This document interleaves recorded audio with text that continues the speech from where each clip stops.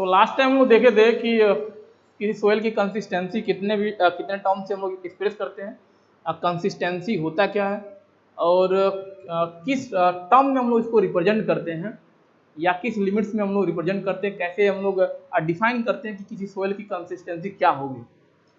तो last time हम लोग पढ़े थे कि किसी सोयल की जो कंसिस्टेंसी होती है उसको दो टर्म से हम लोग क्या कर सकते हैं, रिप्रेजेंट कर सकते हैं या एक्सप्रेस कर सकते हैं। तो पहला क्या था, Atterberg limits, and second unconfined compressive strength of the soil.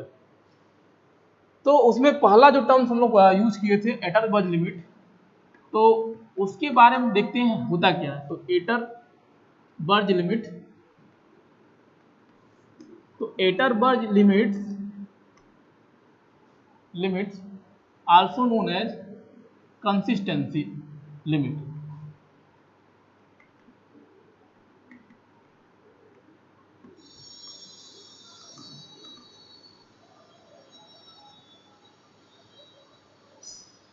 तो जितने भी लिमिट्स हम लोग पढ़ने वाले हैं, जितने भी लिमिट्स वर्ड आएंगे, तो सब लिमिट्स का मतलब क्या होगा, क्वांटिटी ऑफ वाटर कंटेंट। जितने भी लिमिट्स आएंगे, जितने भी लिमिट्स हम लोग वर्ड यूज करेंगे, तो सबका मीनिंग क्या होता है, वाटर कंटेंट की क्वांटिटी क्या है उस सॉइल के लिए।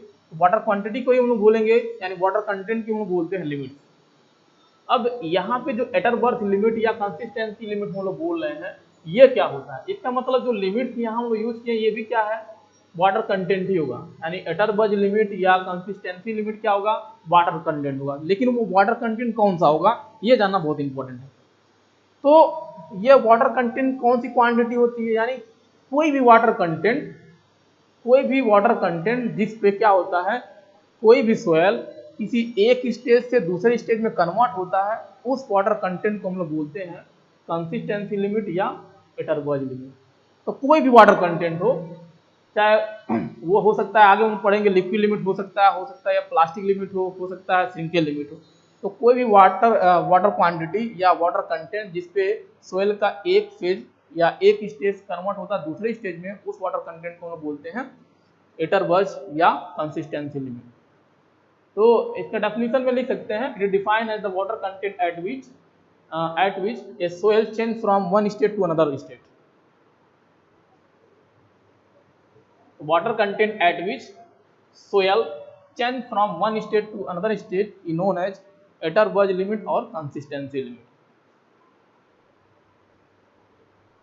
तो हम लोग लास्ट क्लास में बात कर रहे थे कि सबसे पहले स्वीडिश एग्रीकल्चर इंजीनियर जो थे एटरबर्ज, उन्होंने किसी सोयल की जो फाइन ग्रेन सोयल होती है उसकी कंसिस्टेंसी को उन्होंने बताया था कि उस फाइन ग्रेन सोयल की जो कंसिस्टेंसी होती है उसको हम लोग चार स्टेज में या चार कैटेगरी में हम लोग डिवाइड कर दिए हैं। और ये किसके टर्म में डिवाइड करते हैं, ये on the basis of the water content के बेसिस पे हम लोग डिवाइड करते हैं। तो वो हम लोग पढ़े थे लास्ट टाइम कि चार स्टेज होते थे, पहला था प्लास्टिक, पहला लिक्विड लिमिट, पहला था liquid, and second plastic, and third semi solid, और फोर्थ आपका सॉलिड।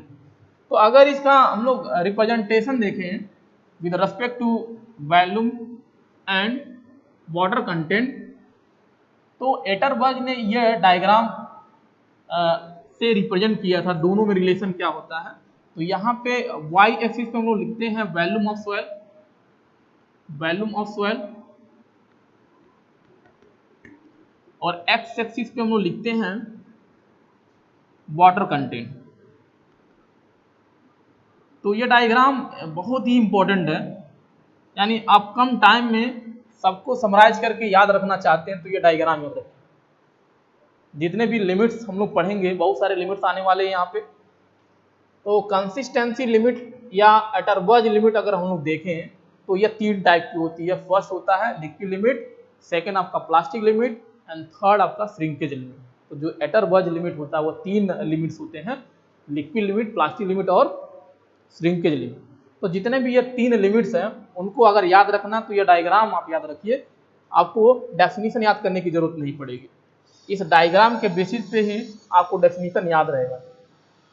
तो इन्होंने क्या बोला था, इन्होंने जो रिप्रेजेंटेशन दिया था वॉल्यूम और वाटर कंटेंट के रेस्पेक्ट में, तो ये डायग्राम इस तरह से था।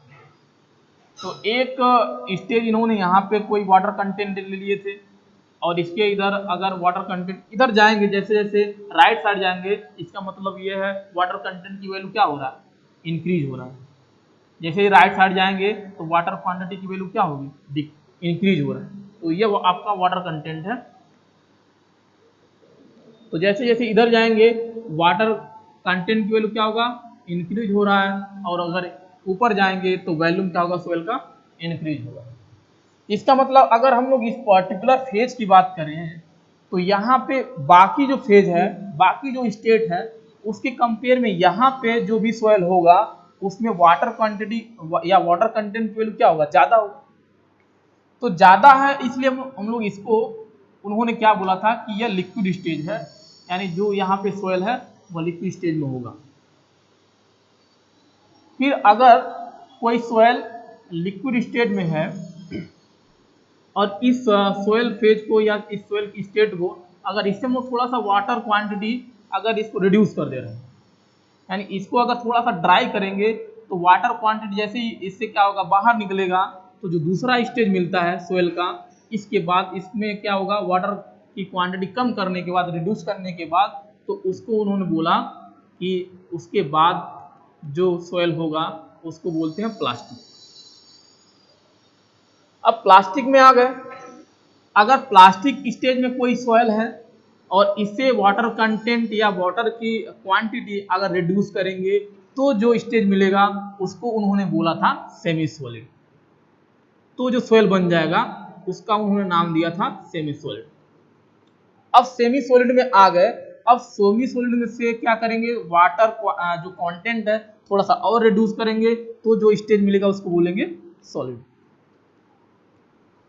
तो यह सबसे पहले एटरबर्ज ने डायग्राम के थ्रू क्या किया था, रिप्रेजेंट किया था, एक्सप्रेस किया था कि कैसे कोई सोयल की जो कंसिस्टेंसी है वो लोग चार पार्ट से पढ़ते हैं, चार स्टेज में पढ़ते हैं, और वो कैसे वेरी करता है with respect to water content और वॉल्यूम के फॉर्म। तो बहुत ज़्यादा क्वांटिटी में वाटर है तो उसको उन्होंने बोला था कि वो लिक्विड स्टेट होगा, यानी लिक्विड है सोयल, सोयल है लिक्विड है, और उससे भी थोड़ा सा अगर वाटर कंटेंट की वैल्यू रिड्यूस करेंगे, निकालेंगे, तो जो स्टेज मिलेगा उसको उन्होंने बोला था कि सोयल क्या है, प्लास्टिक है। अगर प्लास्टिक से वाटर कंटेंट की वैल्यू रिड्यूस होगी तो जो सोयल का फेज या स्टेज बनेगा या जो सोयल बनेगी उसका उन्होंने नाम दिया था सेमी सोलिड। और अगर सेमी सोलिड में वाटर कंटेंट की वैल्यू रिड्यूस करेंगे तो जो सोयल बनेगा उसको उन्होंने बोला था सॉलिड।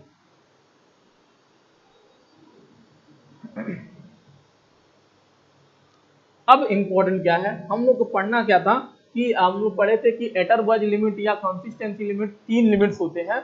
और लिमिट्स जब भी वर्ड हम लोग सुनेंगे लिमिट्स क्या होता है, तो लिमिट क्या होगा, कोई वाटर कंटेंट होगी।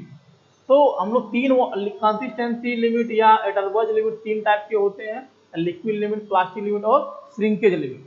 अब अगर पहली बात हम लोग पहला लिमिट की बात करें, लिक्विड लिमिट क्या होता है, तो लिक्विड लिमिट क्या होगा, अगर कोई वाटर कंटेंट है यहाँ पे जिस पे क्या होता है, सोयल आपका लिक्विड स्टेज से प्लास्टिक स्टेज में आए, यानी कुछ ऐसी पर्टिकुलर वैल्यू होगी वाटर कंटेंट की जिसके बाद क्या होगा कि जो लिक्विड स्टेज वो कन्वर्ट हो जाएगा प्लास्टिक में, या प्लास्टिक कन्वर्ट हो जाएगा लिक्विड में। तो जिस वाटर कंटेंट पे ये कन्वर्जन होगा liquid to plastic, plastic to liquid, उसको बोलते हैं लिक्विड लिमिट। जिस वाटर कंटेंट पे सोयल की कंसिस्टेंसी लिक्विड स्टेज से कन्वर्ट होती है प्लास्टिक स्टेज में, या प्लास्टिक स्टेज कन्वर्ट होता है लिक्विड स्टेज में, उस वाटर कंटेंट को हम लोग बोलते हैं लिक्विड लिमिट।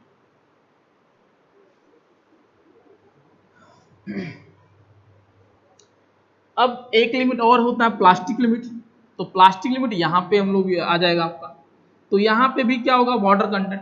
क्यों वाटर कंटेंट, क्योंकि हम लोग एक्स एक्सिस को डिनोट कर रहे हैं वाटर कंटेंट, इसका मतलब यहाँ पे जो वैल्यू आएगा वो वाटर कंटेंट मिलेगा।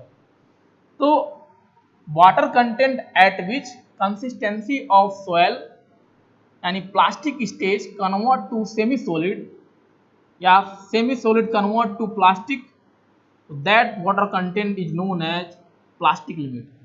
तो यहाँ पे जो वाटर कंटेंट होगा, जिस वाटर कंटेंट पे प्लास्टिक कन्वर्ट होगा सेमी सॉलिड में, या सेमी सॉलिड कन्वर्ट हो रहा है प्लास्टिक में, उसे हम लोग बोलते हैं प्लास्टिक लिमिट। तो लिक्विड लिमिट को W सफिक्स में L से डिनोट करते हैं, प्लास्टिक लिमिट को हम लोग W सफिक्स में P से डिनोट करते हैं।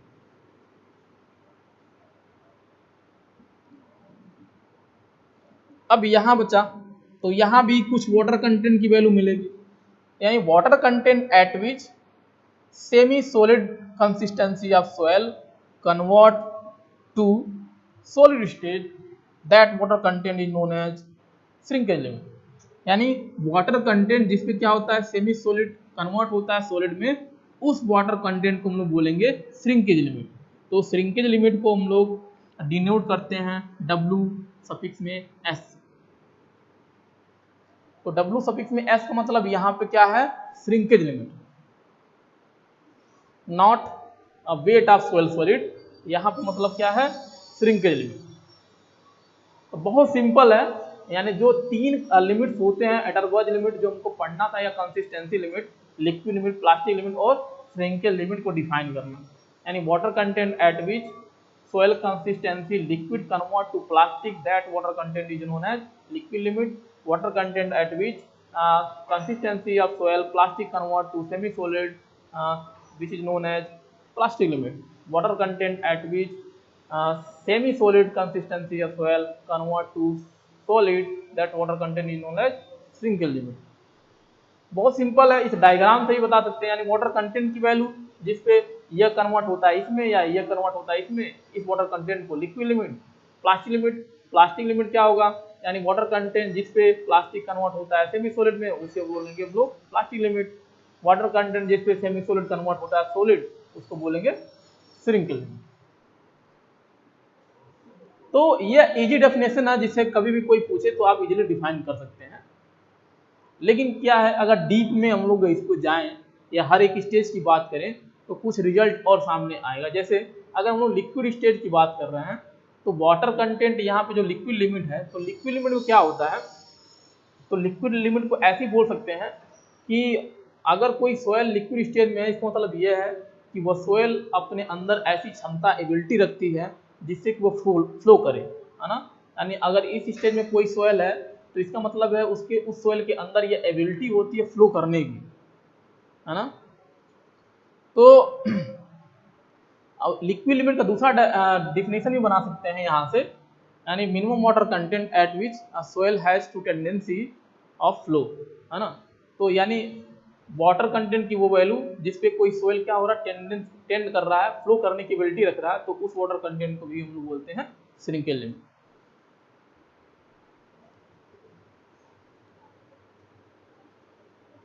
ऐसे अगर प्लास्टिक की बात करें तो प्लास्टिक लिक्विड स्टेज में क्या होता है कि जो सोयल होगा वो फ्लो करने की एबिलिटी रखता है। अगर हम लोग प्लास्टिक की बात करें तो प्लास्टिक का मतलब ये है, अगर कोई सोयल प्लास्टिक में है, इसका मतलब ये है कि वो मोल्डेबल है। मोल्डेबल करने का मतलब ये है कि उस सोयल के हेल्प से आप कुछ भी मोल्ड कर सकते हैं, कुछ भी बना सकते हैं। तो प्लास्टिक स्टेज का मतलब वो होता है। और सेमी सॉलिड का मतलब ये है कि अगर कोई सोयल है, आप कुछ भी मोल्ड कर रहे हैं और ब्रेक हो जा रहा है, क्रैक होने लग रहा है, क्रम्बल होने लग रहा है, इसका मतलब वो सोयल क्या है, सेमी सॉलिड में। और सॉलिड का मतलब यह है जहाँ पे हम लोग कोई मोल्डेबिलिटी या कोई प्लास्टिसिटी नेचर नहीं होता है, और वो उसको बोलते हैं सॉलिड, जो हार्ड बिल्कुल।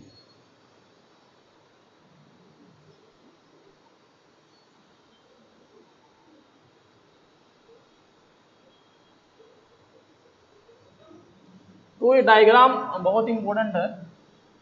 तो इस डायग्राम के बेसिस पे भी आप जितने भी लिमिट्स होते हैं उसको हम लोग डिफाइन कर सकते हैं।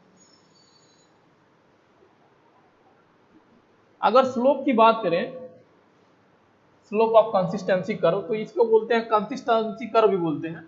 और एक चीज और, जैसे हम लोग डिग्री ऑफ सेचुरेशन पढ़े थे, तो डिग्री ऑफ सेचुरेशन इस पूरे इसको क्या बोलेंगे, इसको हम लोग बोलते हैं कंसिस्टेंसी कर्व, कंसिस्टेंसी कर्व बोल सकते हैं।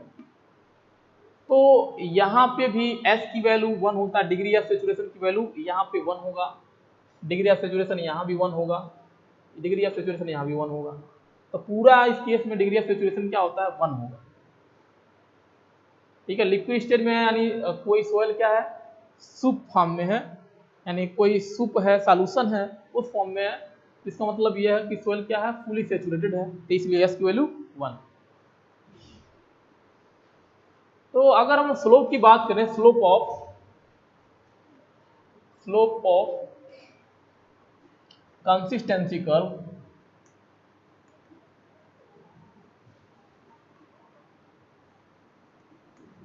तो स्लोप अगर हम लोग बोले तो क्या हो जाएगा, dy बाई डी एक्स हम लोग लिखते हैं, तो y एक्सिस पे क्या है, वैल्यूम है। तो अगर यहाँ पे वैल्यूम, यहाँ पे आपका जो वाटर कंटेंट है किसे डिनोट कर रहे हैं, श्रिंकेज लिमिट से डिनोट का डेजिनेशन क्या लिख रहे हैं, W सफिक्स में S। यहाँ पे वैल्यूम अगर हम लोग लिखें VS, और यहाँ पे हम लोग वैल्यूम लिख रहे हैं VP, और यहाँ पे इसके रेस्पेक्ट में हम लोग वैल्यू लिख रहे हैं VL। तो स्लोप अगर निकालेंगे तो डी बाई डी एक्स, यानी एक्स एक्सिस वाला टर्म्स, तो इतने पोर्शन के लिए भी आप स्लोप निकाल सकते हैं, इतने पोर्शन का भी स्लोप निकाल सकते हैं। तो अगर हम लोग स्लोप की बात करें तो लिख सकते हैं V L minus V P divide by W L minus W P, तो ये भी हो सकता है स्लोप। और भी स्लोप, अब चूंकि यहाँ से यहाँ तक क्या है, लीनियर है, तो स्लोप की वैल्यू इक्वल है, तो इसको लिख सकते हैं फिर W P minus V P minus V S divide by W P minus W S.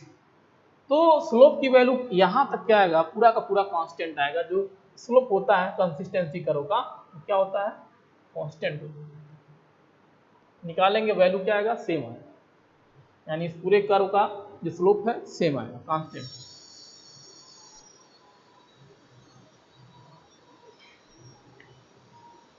Note करके अगर हम लोग कुछ चीजें और समझना चाहें, जैसे हम लोग देखे हैं कि जो सोयल क्या है, सोयल को हम लोग 4 स्टेज से डिफाइन कर सकते हैं, यानी बता सकते हैं कि सोयल क्या है, लिक्विड है, प्लास्टिक है, सेमी सॉलिड है या सॉलिड है। कोई भी सोयल, पर्टिकुलर सोयल आपको हम लोग बोल सकते हैं कि सोयल क्या है, लिक्विड है, सोयल क्या है, प्लास्टिक है, सोयल क्या है, सेमी सॉलिड है, या सोयल क्या है, सॉलिड है। तो अगर लिक्विड में है तो कैसे दिखेगा, प्लास्टिक में है तो क्या कैसे दिखेगा, सेमी सॉलिड में है तो सोयल कैसे दिखेगा। तो नोट में हम लोग यही पढ़ने का प्रयास करते हैं। तो सोयल सोयल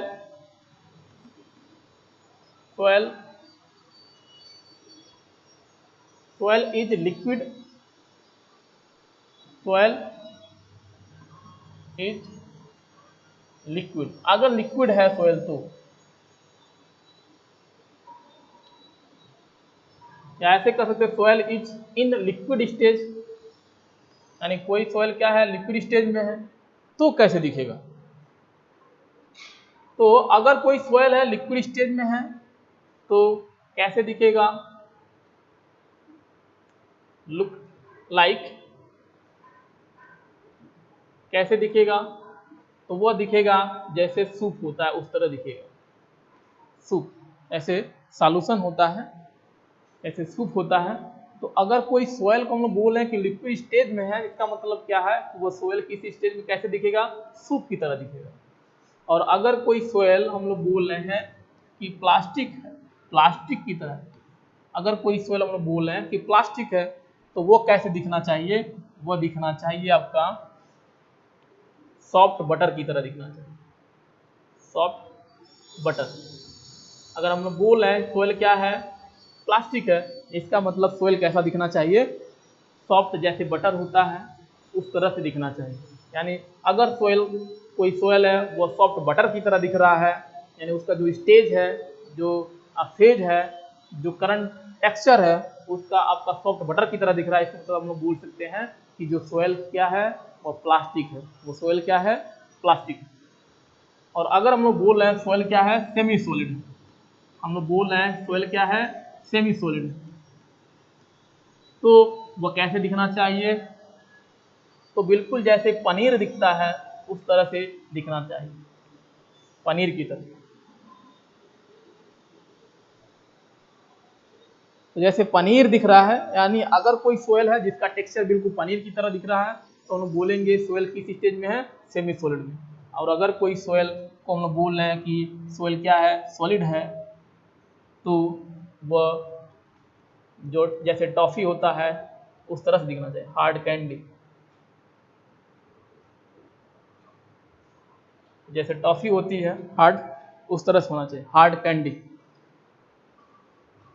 तो अगर किसी सोयल का जो टेक्सचर है वो बिल्कुल थोड़ा सा हार्ड लग रहा है, और हो सकता है अंदर क्या है वाटर हो सकता है, या बिल्कुल जो ऊपर का लेयर है वो बिल्कुल हार्ड है, टॉफी की तरह है, तो उसको हम लोग बोलते हैं कि जो सोयल इसमें है वो सॉलिड स्टेट में है।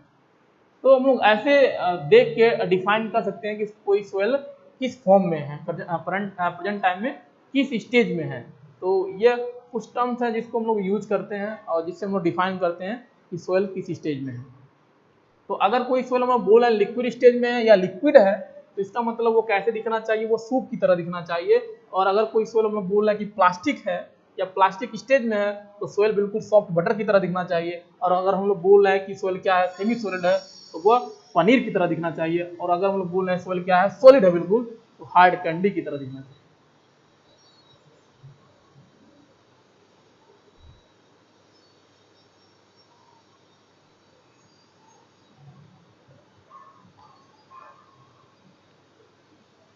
अब वन बाय वन जितने भी हम लोग लिमिट्स यहाँ पढ़े हैं, सबके बारे में डीप में पढ़ने का प्रयास करेंगे।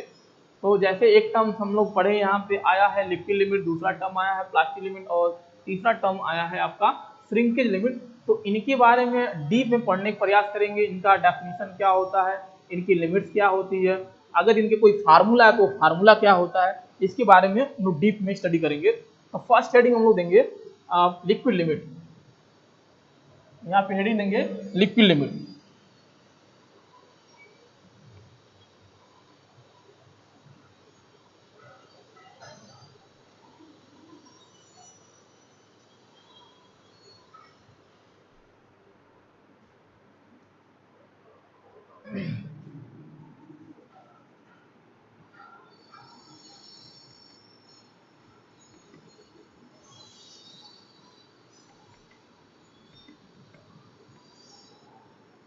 तो लिक्विड लिमिट को अगर कहीं लिखना है तो आप ऐसे भी लिख सकते हैं शॉर्ट में लिक्विड लिमिट, या तो आप ऐसे लिख सकते हैं लिक्विड लिमिट।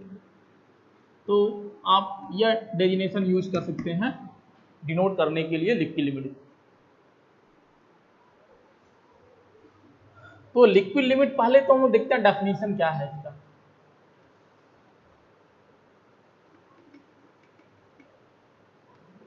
डेफिनेशन पहले याद रखेंगे।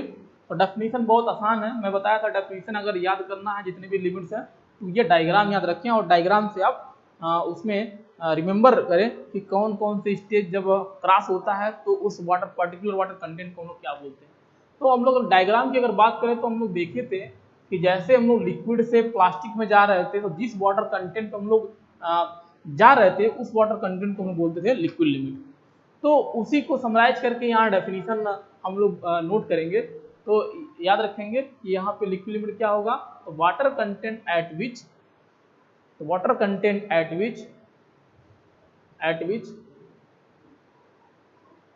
लिक्विड कंसिस्टेंसी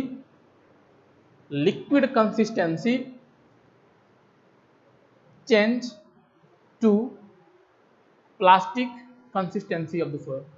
यानी अगर कोई सोयल है लिक्विड से प्लास्टिक में कन्वर्ट हो रहा है, तो जिस वाटर कंटेंट पे हो रहा है उस वाटर कंटेंट को क्या कहेंगे, लिक्विड। तो water content at which liquid consistency change to plastic consistency of the soil, then that water content is known as liquid limit।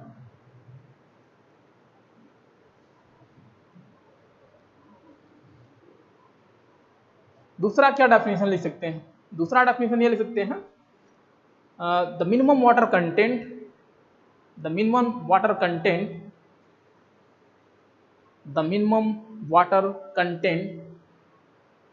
at which soil has tendency to flow। the minimum water content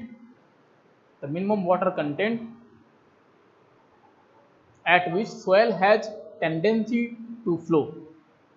यानी अगर इसके stage के आसपास है, liquid limit के stage के आसपास है आपका, यानी ये लिक्विड स्टेट, यानी यहाँ पे अगर आसपास है तो क्या होगा, सोयल के अंदर ये टेंडेंसी होती है फ्लो कर जाने। अब ये तो डेफिनेशन आपका था, कुछ ऐसे टर्म्स भी होते हैं जो बहुत इंपॉर्टेंट होते हैं। जैसे अगर हम लोग लिक्विड स्टेज की बात करें तो लिक्विड स्टेज में क्या है, अगर डायग्राम से देखें हम लोग तो मैं बताया था कि राइट साइड में जैसे जैसे बढ़ते जाएंगे वाटर कंटेंट की वैल्यू बढ़ती जाएगी। वाटर कंटेंट की वैल्यू बढ़ती जाएगी तो मतलब क्या है, अब वेट ऑफ वाटर बढ़ता जाएगा, और वेट ऑफ वाटर बढ़ता जाएगा तो मतलब ये है कि उस सोयल में करंट टाइम में वाटर की वैल्यू क्या है, बहुत ज़्यादा है। तो जैसे जैसे इधर जाएंगे वाटर की वैल्यू क्या होगी, बढ़ेगा। इसका मतलब यह लिक्विड स्टेज में सबसे ज़्यादा वाटर होता है। तो सबसे ज़्यादा वाटर होगा तो उस केस में क्या होगा, शियर स्ट्रेंथ जो होगी बहुत कम होती है। तो लिक्विड स्टेट में याद रखेंगे कि जो शियर स्ट्रेंथ होता है इस केस में शियर स्ट्रेस बहुत ही मिनिमम, यानी सबसे मिनिमम होता है, मिनिमम होता है, सबसे कम होता है। यानी जितने भी स्टेज हम लोग पढ़ेंगे, जितने भी लिमिट पढ़ेंगे, उन सबसे अगर कंपेयर करें तो सबसे कम किसमें शियर स्ट्रेस होगा, लिक्विड में या लिक्विड स्टेज में मिनिमम होगा। मिनिमम होता है और एक समान होता है, यानी मिनिमम और कह सकते हैं कांस्टेंट होगा, मिनिमम होगा और एक समान होगा, यूनिफॉर्म होगा। अब उसकी वैल्यू क्या होगी, उसकी वैल्यू होती है अप्रोक्सीमेटली 2.7 किलो न्यूटन पर मीटर स्क्वायर।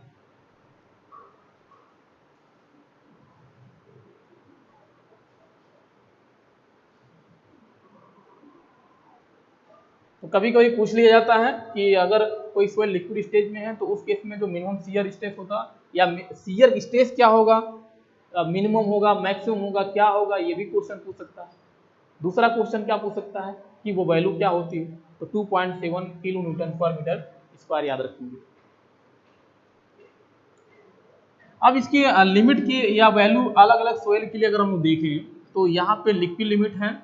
तो लिक्विड लिमिट कुछ नहीं होता, मैं बताया था कि क्या होता है, वाटर कंटेंट होता है। वाटर कंटेंट को हम लोग परसेंटेज में डिनोट करते हैं। और अगर डिस्क्रिप्शन की बात की जाए, डिस्क्रिप्शन यानी कुछ सॉइल होंगे उसके लिए क्या होता है लिक्विड लिमिट, अगर हम लोग बात करें तो क्या होगा। जैसे अगर हम लोग ग्रेवल बोल रहे हैं ग्रेवल, तो ग्रेवल के लिए लिक्विड लिमिट की वैल्यू क्या होना चाहिए। तो ग्रेवल अगर कोई सॉइल है तो हम लोग जानते हैं ग्रेवल में क्या आता है, ना तो प्लास्टिक होता है, वाटर तो है ही नहीं, तो ये क्या होता है, नॉन प्लास्टिक होता है। यानी इसके लिए वैल्यू क्या होगी, 0। तो नॉन प्लास्टिक होता है। तो पहली बात तो ये प्लास्टिक नहीं होता, लिक्विड लिमिट की बात ही छोड़ दीजिए आप। सैंड की बात करें तो इसमें भी प्लास्टिसिटी नहीं होता है, तो इसके लिए भी जो आपका लिक्विड लिमिट की वैल्यू होगी क्या होगी, 0। तो यह नॉन प्लास्टिक होता है, ये भी याद रखें। अगर सिल्ट की बात करें, सिल्ट की, तो इसकी वैल्यू होगी 30 to 40।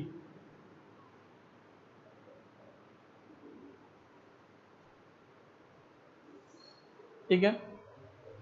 और अगर हम लोग क्ले की बात कर रहे हैं तो क्ले में अगर आपका जो क्ले है एलुवियल क्ले है, यानी जो एलुवियल सोइल होता है उसमें जो क्ले मिल रहा है, अगर वो क्ले है तो उसके लिए वैल्यू क्या होता है, 50 to 150 वैल्यू होती है, 50 to 150 वैल्यू होती है।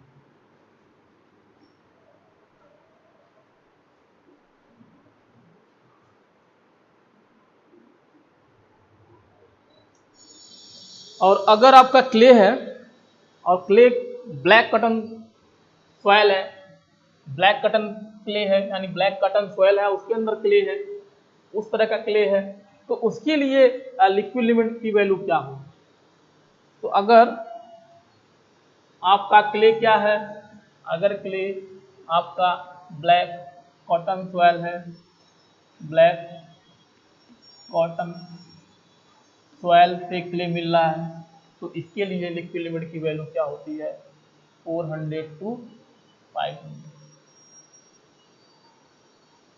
और अगर जो क्ले मिला है आपको वो बेंटोनाइट सॉइल से मिल रहा है, बेंटोनाइट से, तो यह कहाँ से हो जाएगा वैल्यू, 500 to 800 वैल्यू मिल जाएगी। तो और दूसरा नोट इंपॉर्टेंट पॉइंट क्या हो सकता है, अगर लिक्विड लिमिट की वैल्यू क्या होगा, बहुत ज्यादा है, यानी liquid limit, if liquid limit of soil is high. Second notes की बात करें if liquid limit of the soil is higher, higher मतलब क्या है, अगर उस सॉइल सैंपल में 50% से ज़्यादा है, अगर उस सॉइल सैंपल में लिक्विड लिमिट की वैल्यू क्या है, बाकी लिमिट से कंपेयर करें तो 50% से ज़्यादा है अगर उस सॉइल में, इसका मतलब उस सॉइल की जो एबिलिटी होगी, अगर ये कंडीशन हो रहा है किसी सॉइल में लिक्विड लिमिट की वैल्यू बहुत ज़्यादा है, इसका मतलब ये है कि उसमें कंप्रेसिबिलिटी या कंप्रेशन बहुत ज़्यादा होगा। कंप्रेसिबिलिटी क्या होगी, वेरी हाई, वेरी हाई। यानी किसी भी सॉइल के लिए कंप्रेसिबिलिटी ज़्यादा नहीं होना चाहिए। क्यों, हम लोग पढ़े थे कंप्रेसिबिलिटी मतलब क्या होता है। कंप्रेसिबिलिटी मतलब होता है a decrease in volume due to any static load. Compressibility मतलब क्या होता है, कंप्रेसिबिलिटी मतलब होता है चेंज इन वॉल्यूम, कह सकते हैं change in volume, volume under under any static या कोई भी लोड आप कह सकते हैं, तो any static load, any static load. यानी अगर कोई एक्सटर्नल लोड आप सोइल के ऊपर लगा रहे हैं और उसके वैल्यू में चेंज हो रहा है, तो उस एक्टिविटी को हम लोग बोलते हैं कंप्रेसिबिलिटी। ठीक है ना, उसे हम लोग बोलते हैं compressibility, change in volume under any static load.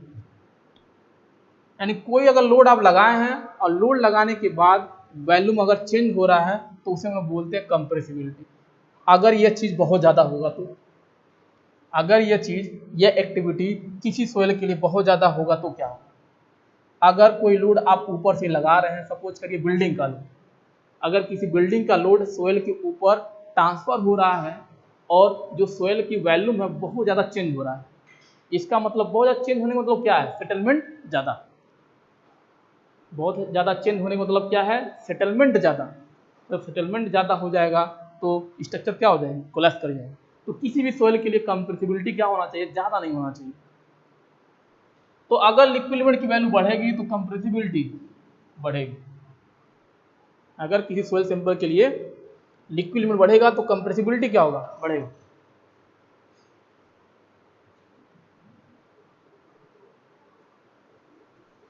तो ये तो बेसिक था लिक्विड लिमिट के बारे में कि डेफिनेशंस क्या होते हैं और शियर स्ट्रेंथ की वैल्यू क्या होगी, शियर स्ट्रेस किस तरह से इसमें बिहेव करेगा, चेंज होगा, यूनिफॉर्म होगा, मैक्सिमम होगा, ज़्यादा क्या होगा, कम होगा, और अगर डिफरेंट डिफरेंट सॉइल है तो उस केस में लिक्विड लिमिट की वैल्यू क्या होगी और इसके वेरिएशन से क्या इफेक्ट पड़ता है। तो ये बिल्कुल बेसिक थे लिक्विड लिमिट के बारे में।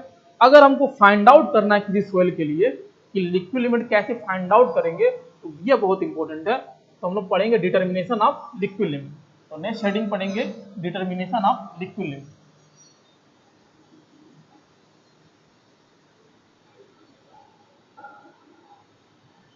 तो हो सकता है एग्जाम में आपको पूछ भी सकता है कि कैसे लिक्विड लिमिट, और रियली पूछा भी गया है कई बार एग्जाम में कि how to determine liquid limit और plastic limit of the soil.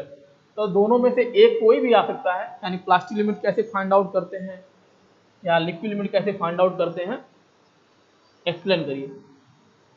तो फर्स्ट हम लोग पढ़ते हैं डिटर्मिनेशन ऑफ लिक्विड लिमिट।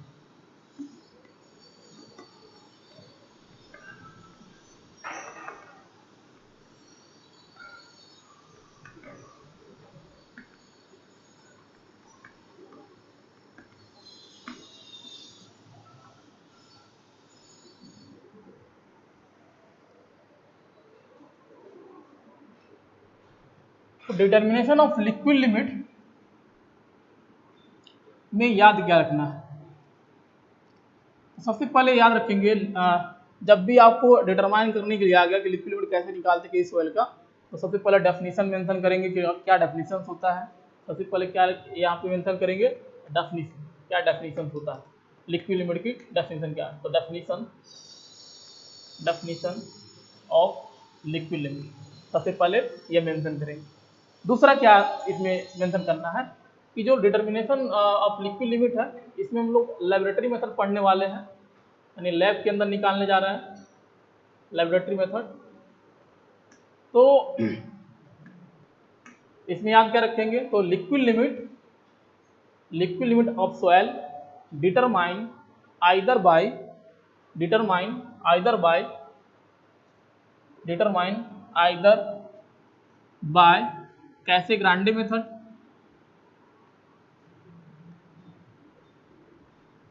कैसे ग्रांडे मेथड और और और कोन पेनिट्रेशन मेथड।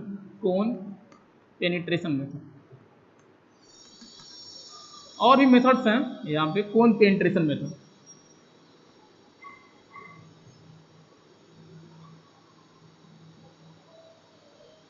कोन पेनिट्रेशन मेथड, तो इसका मतलब ये मेथड हम लोग पढ़ने वाले हैं यहाँ पे, कैसे ग्रांडे मेथड क्या होता है और कोन पेनिट्रेशन मेथड क्या होता है। तो एटलीस्ट ये दोनों मेथड तुम लोग पढ़ने का प्रयास करेंगे यहाँ पे, यानी वाटर लिक्विड लिमिट कैसे फाइंड आउट करेंगे सॉइल के लिए। तो उसके लिए दो मेथड अभी है, हम लोग बात कर रहे थे, कैसे ग्रांडे मेथड होता है, दूसरा क्या होता है कोन पेनिट्रेशन मेथड। तो दोनों का पढ़ने का प्रयास करेंगे। तो पहला हम लोग मेथड देते हैं, और मैक्सिमम जो पूछा भी जाता है एग्जाम में, कैसे ग्रांडे मेथड, एंड डेटा या इम्पोर्टेंट टर्मिनोलॉजी और प्रोसीजर, तो बहुत इंपॉर्टेंट है कैसे ग्रांडे मेथड का।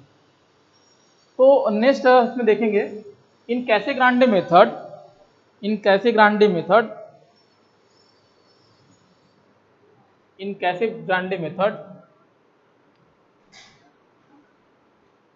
whatever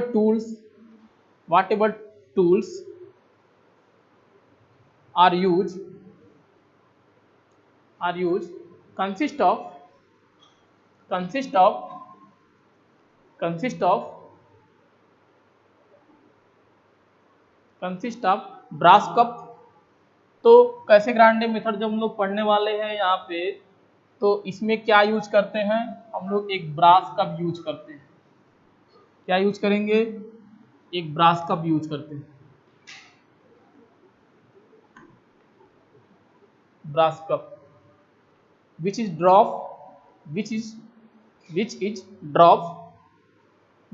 a height of 1 centimetre.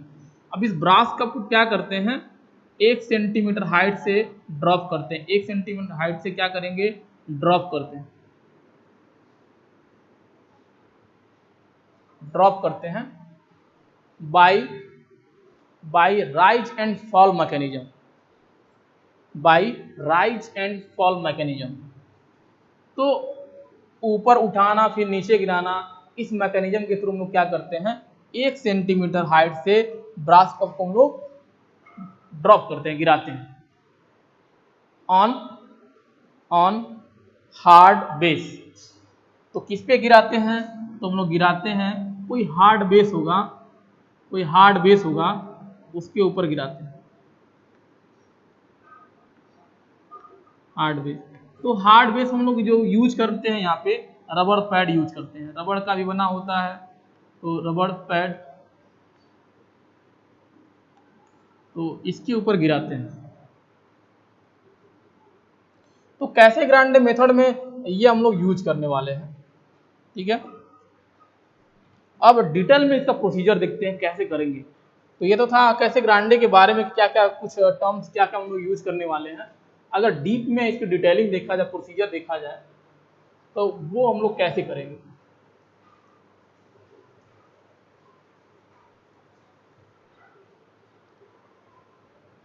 तो पहले इसमें डायग्राम देख लेते हैं कि जो टूल्स का डायग्राम होता है वो कैसे होगा। वो जो डायग्राम होता है कुछ इस तरह से होता है।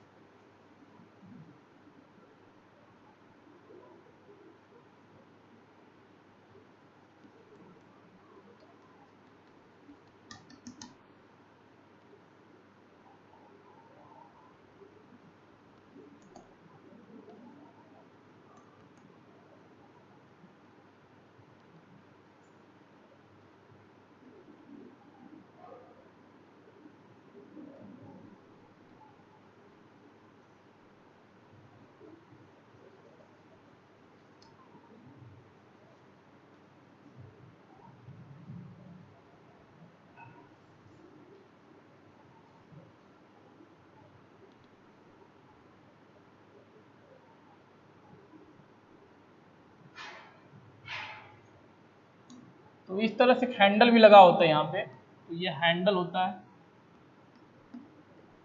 और यहाँ पे ये जो कप है इसी को हम लोग बोल रहे हैं ब्रास कप, जो हम लोग वहाँ जिक्र किए थे, बात कर रहे थे, उसी को बोल रहे हैं यहाँ पे ब्रास कप। और ये क्या होता है, ये आपका बेस होता है, तो ये रबर बेस होता है।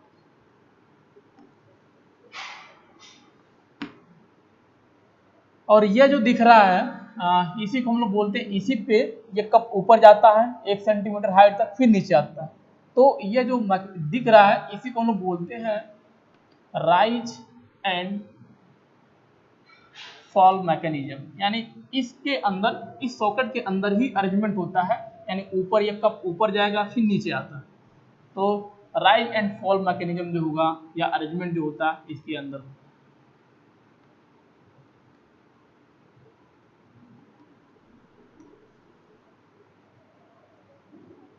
अब ये हैंडल लगा होगा, हैंडल ये घूमेगा, तो जैसे हैंडल हम लोग चलाएंगे, यूज करेंगे, ऑपरेट करेंगे, ये कप ऑटोमेटिक क्या होगा, ऊपर जाएगा 1 सेंटीमीटर फिर नीचे आता है।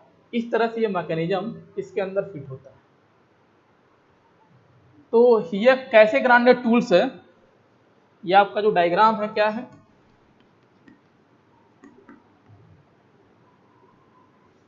कैसे ग्राइंडर टूल्स आपका, या अप्रेटिस कर सकते हैं।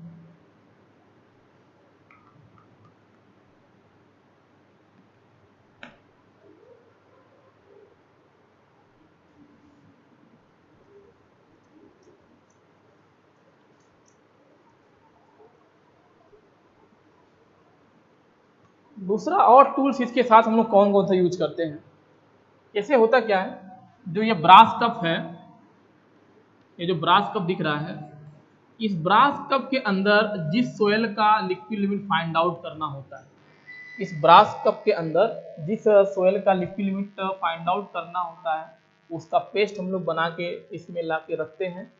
यानी जो पेस्ट होगा इसी के अंदर हम लोग क्या रखेंगे, जिस सोयल के लिए लिक्विड लिमिट हम लोग फाउंड आउट करना होगा, लिक्विड लिमिट जैसे निकालना होगा जिस सोयल के लिए, उसको एक यूनिफॉर्म पेस्ट तैयार करके उस सोयल का एक यूनिफॉर्म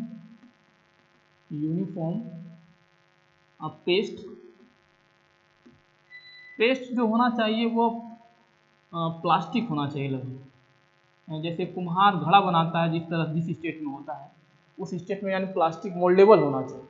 तो यूनिफॉर्म पेस्ट बना करके इसके अंदर रखते हैं। जब इसके अंदर रखेंगे, जैसे सपोज करिए ये सोयल पेस्ट है आपका, ये क्या है, ये सोयल सिंपल है, ये क्या है, ये सोयल सिंपल है। तो इस सोयल सैंपल को क्या करते हैं, हम लोग दो पार्ट में डिवाइड करते हैं, काटते हैं। हम लोग इस सोयल सैंपल को दो इक्वल पोर्शन में, इक्वल पार्ट में हम लोग क्या करते हैं, कट करते हैं।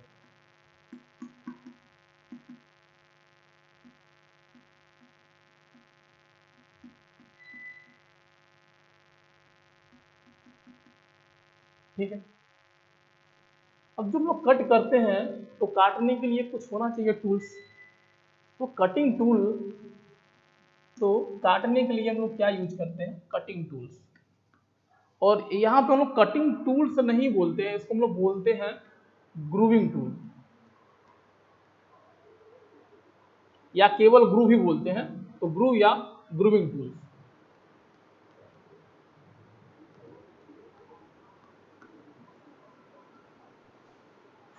तो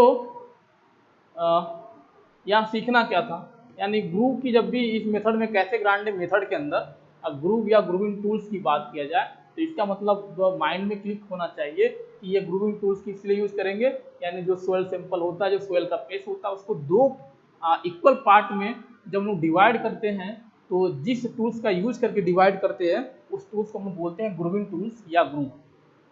तो जो कटिंग टूल या ग्रूविंग टूल होता है, वो दो टूल हम लोग यहाँ पे यूज करते हैं। फर्स्ट यूज करते हैं कैसे ग्रांडे,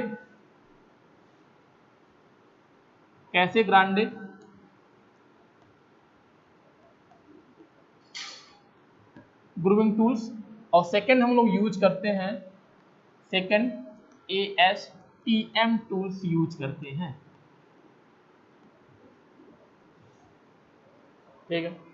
यानी काटने के लिए दो टूल यूज करते हैं, या तो कैसे ग्राइंडर टूल से काटेंगे या तो ASTM टूल से हम लोग काटते हैं। अब कैसे ग्राइंडर टूल की अगर हम लोग डायग्राम देखें तो किस तरह से दिखेगा, तो कैसे ग्राइंडर टूल्स की अगर हम लोग डायग्राम देखें तो कैसे दिखेगा,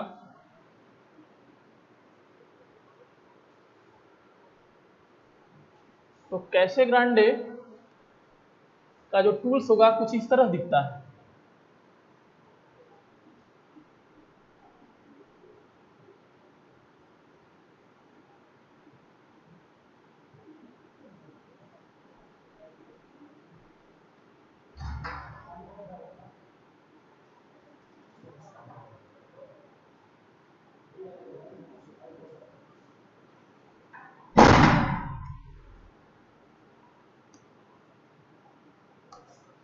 तो कैसे ग्रांडे कटिंग टूल्स जो होगा उसका जो डायग्राम होगा वो इस तरह से होगा।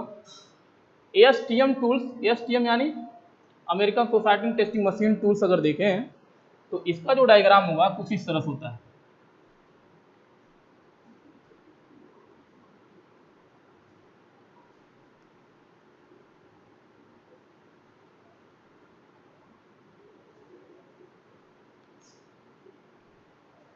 तो ये आपका STM टूल्स इसलिए यूज करते हैं, सोयल को दो पोर्शन में, इक्वल पोर्शन में डिवाइड करने के लिए जो टूल हम लोग यूज करेंगे उसी को हम लोग बोलते हैं कटिंग टूल। तो कटिंग टूल वर्ड नहीं मिलेगा कैसे ग्राइंडिंग मेथड के अंदर, उसको हम लोग बोलते हैं ग्रूविंग टूल या ग्रूव बोलते हैं, केवल ग्रूव बोलते हैं। फर्स्ट जो ग्रूविंग यूज करते हैं कैसे ग्राइंडर टूल, सेकंड उसका होता है ASTM टूल्स। तो डायग्राम याद रखेंगे कि ये डायग्राम आपका जो कैसे ग्राइंडर कटिंग टूल्स होता है उसका डायग्राम इस तरह होता है, यानी हेक्सागोनल टाइप का होता है, और ASTM यानी अमेरिकन सोसाइटी टेस्टिंग मशीन जो टूल्स होता है उसका डायग्राम इस तरह से।